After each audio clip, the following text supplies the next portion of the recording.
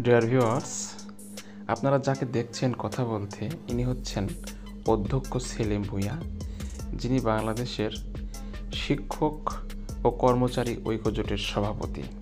তিনি বেশ কিছু আশার বাণী আবার শুনিয়েছেন। দেখুন, আমরা শিক্ষক, আমরা আসলে আশার বাণী শুনতে শুনতে এতটাই কাঙ্গাল হয়ে গেছি যে আমাদের অবস্থা ঠিক ঘর পোড়া গরুর মতন। এই জন্য যেন পূর্ব বা পশ্চিম বা দক্ষিণ যেদিকেই কালো মেঘ দেখি আমাদের মনে হয় এখন বোধহয় আগুন লেগে গেছে। দেখুন, ইনি আজকে বেশ কিছু জাতীয়করণ সম্পর্কে তথ্য বা কথা বলেছেন, যেটা বিগত সরকারের আমলে আমরা শুনেছি।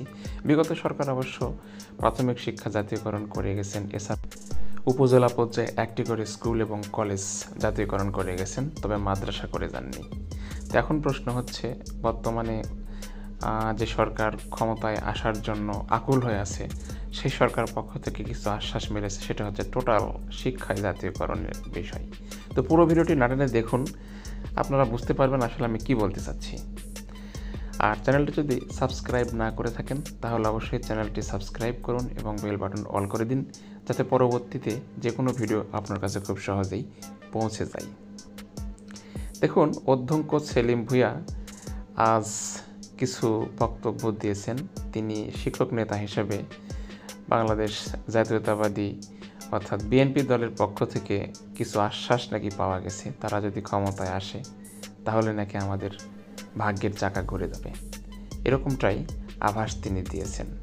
এখন ঘুরবে কি ঘুরবে না সেটা আমাদের ভবিষ্যতে দেখতে হবে। আর ক্ষমতায় বিএনপি আসবে না কে আসবে সেটা এখনও ঠিক নাই। তো রাজনৈতিক দল এরকম অনেক ম্যান্ডেটই দিয়ে থাকে, তবে পালন করে কয়টা সেটা দেখার বিষয়।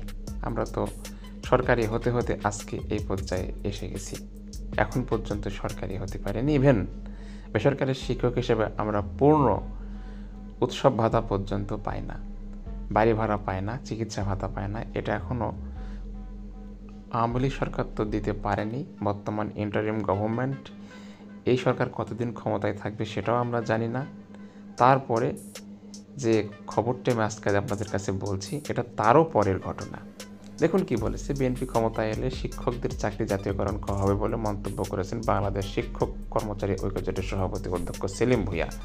তিনি বলেছেন, সাবেক প্রেসিডেন্ট জিয়াউর রহমান শিক্ষকদের শতকরা 50% বেতন দিয়েছেন, পরে রাষ্ট্রপতি এরশাদ সাহেব আরও 20% দিয়েছেন এবং পরে প্রধানমন্ত্রী বেগম খালেদা জিয়া আরও 20% বেতন বৃদ্ধি করেছেন।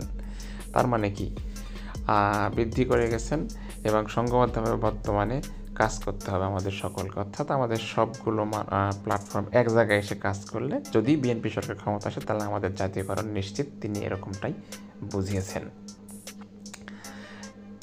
এখন প্রশ্ন হচ্ছে যে জাতীয়করণ, এটা তো আওয়ামী লীগ সরকারও বলেছিল, যতটুকু বলেছে করে গেছে। প্রাইমারি শিক্ষা জাতীয়করণ করে দিয়ে গেছে, উপজেলা পর্যায়ে একটি করে কলেজ এবং একটি করে হাই স্কুল দিয়ে গেছে।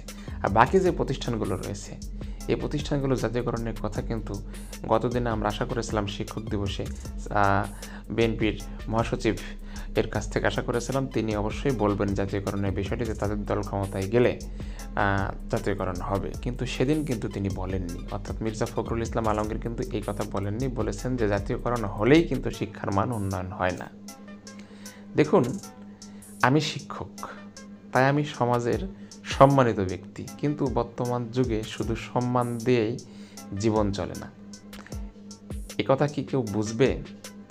অর্থাৎ ভোটের আগে অনেকে অনেক রকম ম্যান্ডেট দিবে, কিন্তু ভোটে নির্বাচিত হবার পরে শিক্ষকদের অবহেলা সেই স্বাধীনতার পর থেকে আজকে স্বাধীনতার 53 বছর পর পর্যন্ত সবাই করেছে।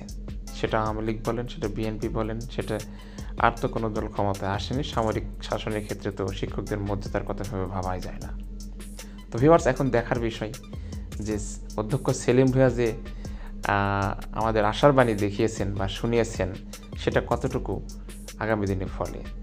হয়তো সব কিছু ঠিকঠাক থাকলে বিএনপি হয়তো ক্ষমতায় আসবে। আমি জানি না সঠিক বললাম না ঠিক বললাম, কারণ রাজনৈতিক ব্যক্তি আমি নই, আমি কোনো দল মত ওইভাবে সাপোর্ট করি না। যে দল ক্ষমতায় আসবে, যে দল যোগ্য, তারই ক্ষমতায় আসা উচিত। কিন্তু অবশ্যই যেই ক্ষমতায় আসুক, শিক্ষকদের অধিকারের বিষয়টি সে সে দলেরই অন্তত গুরুত্বতে দেখা উচিত, যেটা এতদিন পর্যন্ত দেখা হয়নি বলে আমি মনে করি। তো ভিউয়ার্স, ভালো থাকবেন। আপনাদের মন্তব্য অবশ্যই কমেন্ট বক্সে উল্লেখ করবেন। ধন্যবাদ।